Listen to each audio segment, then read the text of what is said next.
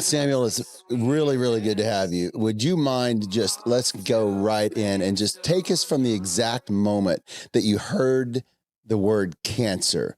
You're 19, healthy, your future looks wide open to say the least. What went through your head, and how fast did your whole definition of success start to crack? Yeah, so I was in class when I got a text from my doctor. No. Yes, in class. I know, like, it's kind of a crazy moment. So I'd gotten blood work probably a couple months before. Stuff was kind of going slow. I Yeah. went back down to school from California, which is where I lived. I Yeah. live here now, but I was in class and I get this text from my doctor is like, "Hey, you need to go find a doctor. You need to go find a specialty, a hematologist, essentially." Did you even know what Because that was? no. So they said, because we think you have blood cancer. And so my first, like, my brain goes, there's no way. No way. Like, There's no chance. this is a joke. Like, I've got some vitamin problem that I need to Yeah. go take some supplements for. Right.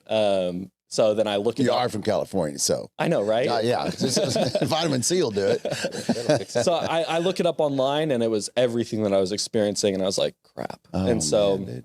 in that moment, like, my teacher kind of fades out in the background. He's speaking. Yeah. And I'm like, my world just starts spinning, right? And actually in that moment, my first thought was, you can't tell anybody until it's confirmed. Like, don't talk about this to anybody until you know for sure. And I think that was the enemy for sure, because I went from there, left class early, was like, I've got to get out of here. Like, I need to go, like, I don't know what I need to do. And I went and told my friends and my parents, and honestly, they became the biggest support for me throughout all of it. So you noticed in that moment this thought of don't tell anybody.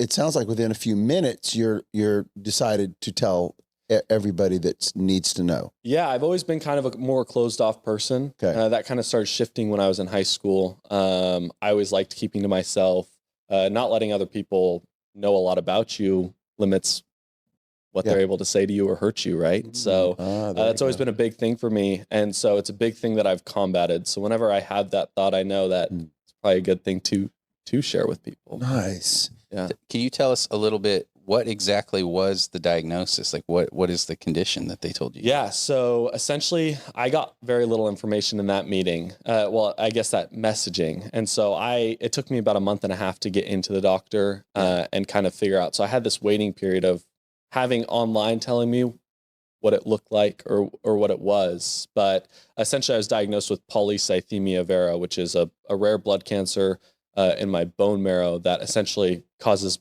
my bone marrow to never stop producing blood. So my blood gets really thick. It gets really, like, viscous. It's a lot higher risk for stroke and heart attack. Oh, wow. That is now thankfully very treatable. But in that time, I didn't know that. And online, it's like, you've got 3 to 5 years left, like, max. So, and they have no modern cure for it. So Are there risks of, like, it turning into other forms of cancer, or is it just this is what it will do? And so there's some small risks in the future, especially a lot of it is unknown because it's very rare for someone who is 19 years old. A lot of my hematologists were like, this is unheard of for someone this young to have this. And so there are slight risks of developing into leukemia or other things, but very minimal, right? Yeah. So my one problem that happens is as your bone marrow is working and working and working, it can overwork itself and kind of scar itself up and die. But at that point, a bone marrow transplant would, and they've had a lot of success with those. But wow. But at that point, I wouldn't have it anymore. But it's not really a process you want to go through. Yeah, that sounds intense. So, I mean, that has to have that was a gut punch for sure. You're sitting there and you're getting this news. A lot of guys would probably get bitter in that situation. You got quiet and started listening for God. Yeah. And can you walk us through that? The first time you clearly heard God speak in the middle of all of that mess, what did he say? How did you know it was him speaking even? Yeah, it's really interesting going through something like that, right? I'm in a really raw emotional point of my life. And the interesting thing about that is a lot of times you can hear the Lord a lot clearer in those moments.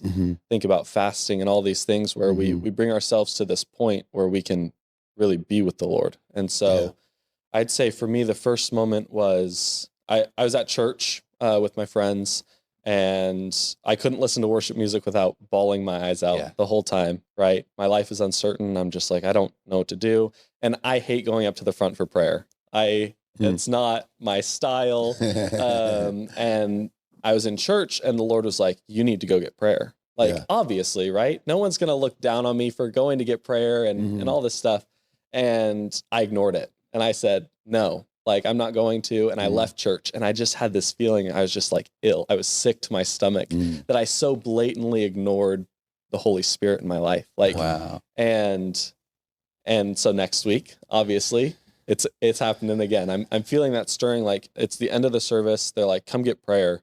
And they do worship music at the end and prayer. And so I was like, okay, I've got to do it this time. I can't leave like that again. Like, to say I'm a Christian and to say that I want to listen and hear from the Lord, but to ignore him when a request is hard and then not do it. Yeah, that's hypocritical. But I went, and in that moment, my biggest prayer was peace. My brain hadn't turned off for probably 2 weeks of just like always thinking like, what does this look like? Do I go home? Do I stay at college? All of these different questions. And it felt like I haven't had any rest.